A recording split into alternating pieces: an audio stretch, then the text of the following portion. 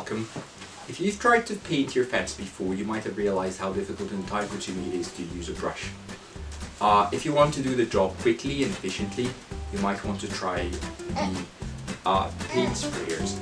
Today I'm going to review the Wagner W150 paint sprayer. I got this for £40 off Amazon, and we'll see now if it's worth that money or not. This was on a discount. It's normally around £70, something like that. Basically all I found in the box was two parts. These were just these two parts like that. So just fit them together, you twist this in like that, and then you're all set. You just fill this up with paint and you're ready to go. This turned out to be much easier than I anticipated. You literally just fill up the gun with paint, put a tiny amount of water with the paint to dilute it, and then you're set to go.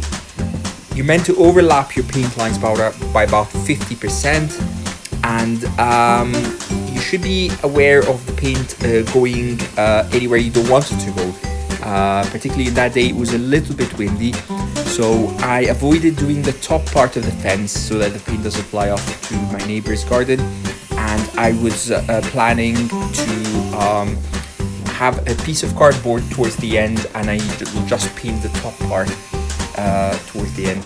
I used a Ronseal 1 coat paint, which for the most part I managed to do only one coat. As you can see here, it was thick enough as a one coat. So my final verdict about this paint gun is that I like it. It saves time and effort and will make painting a fence a lot easier. If you have any questions, feel free to comment and please subscribe to watch more videos. You will see the before and after pictures now of how my fence looks after. Thank you for watching. See you in the next video. Bye.